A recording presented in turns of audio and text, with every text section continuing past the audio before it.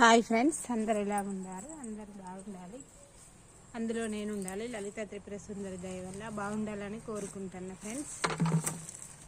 ఇవాళ ముచ్చట ఏంటిదంటే ఫ్రెండ్స్, ఇప్పుడు ఎగ్జామ్స్ అవుతున్నాయి ఫ్రెండ్స్. అయినాయి, రిజల్ట్ కూడా వచ్చినాయి. కొంతమంది ఇంటర్ పిల్లలే సప్లై అంటే ఫెయిల్ అయిన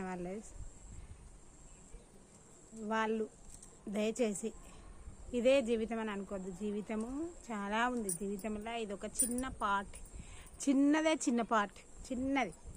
ఎందుకనంటే మళ్ళీ అగత్యాలు చేసుకోవడం, ఆత్మహత్యలు చేసుకోవడం, తల్లిదండ్రుల కడుపు కోతను మిగిలించడం ఇట్లా చేయకండి ఫ్రెండ్స్. ఎందుకనంటే పిల్లలు అట్లా చేయకండి అస్సలే. ఎందుకంటే జీవితం అది కాదు. జీవితం ఎంతో ఉంది. ఇప్పుడు మీకు ఏజ్ ఎంత? 18-20 సంవత్సరాలు. ఇంకా 19 ఇయర్స్ అంటే 90 సంవత్సరాల జీవితం ఉంది.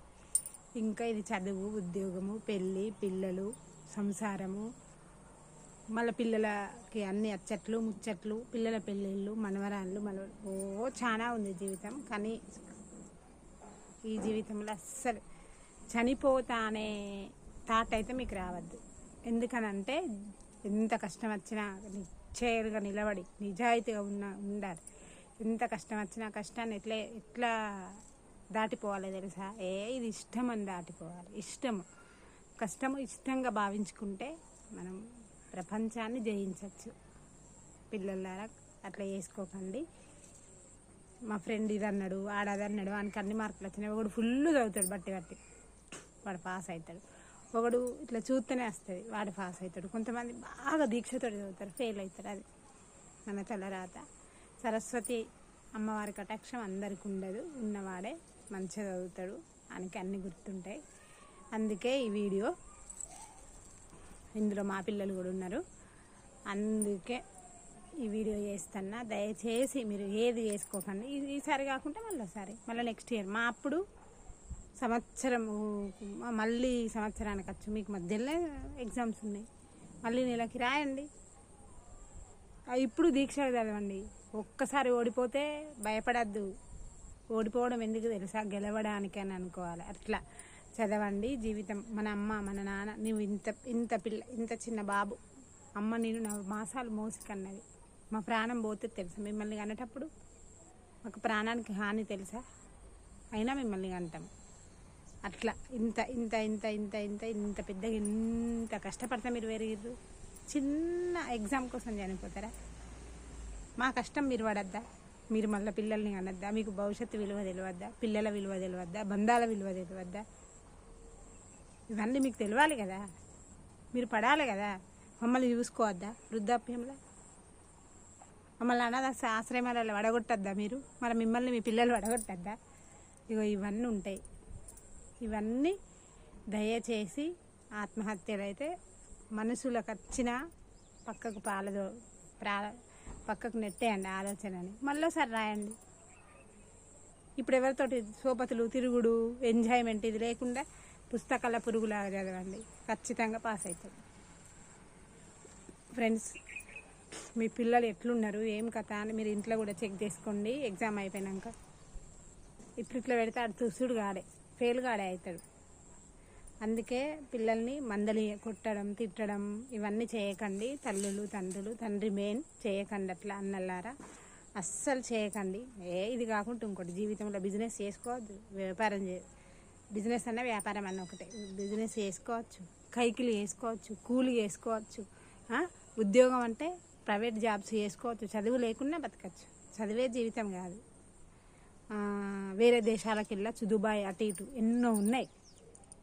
చదివే ముఖ్యం కాదు.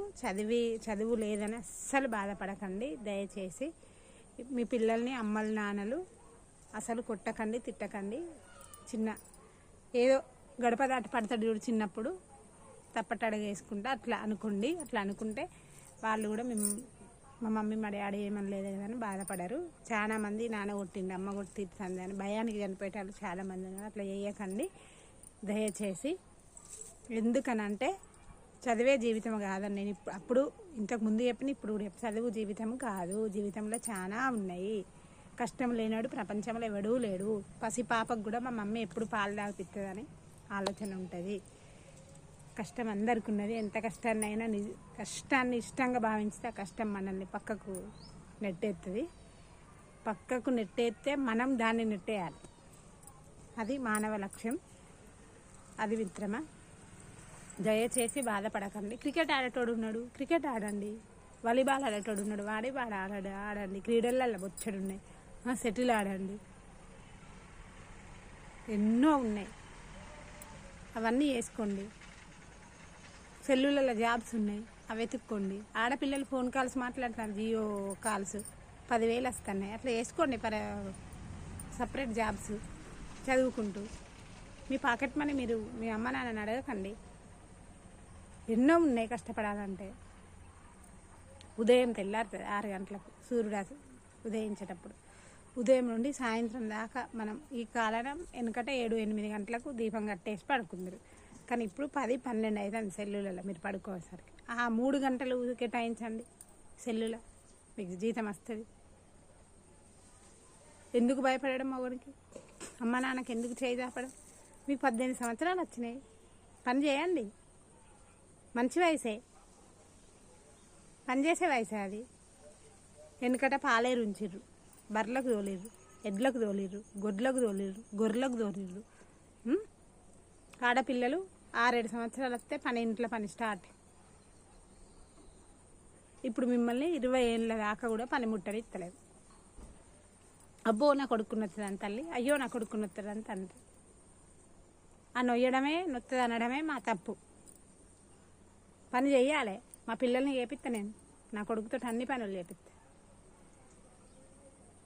చెయ్యాలి. ఉద్యోగం పురుష లక్ష్యం, స్త్రీది కాదు. ఇప్పుడు స్త్రీది అయింది. పని చేయండి, పని పురుగు కాండి, పుస్తకాల పురుగు కాండి, రాజకీయం చేయండి.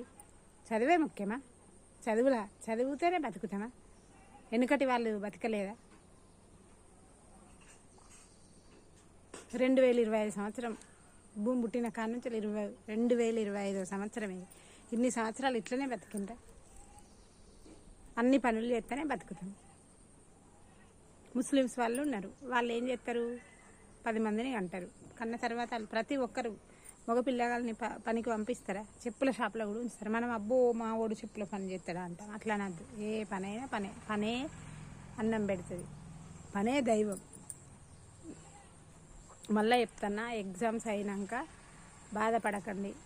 గదేం చెప్తుంది అనుకోండి. ఆత్మహత్యలు అయితే చేసుకోకండి దయచేసి. పిల్లలారా మీ అందరికీ చెప్తున్నా.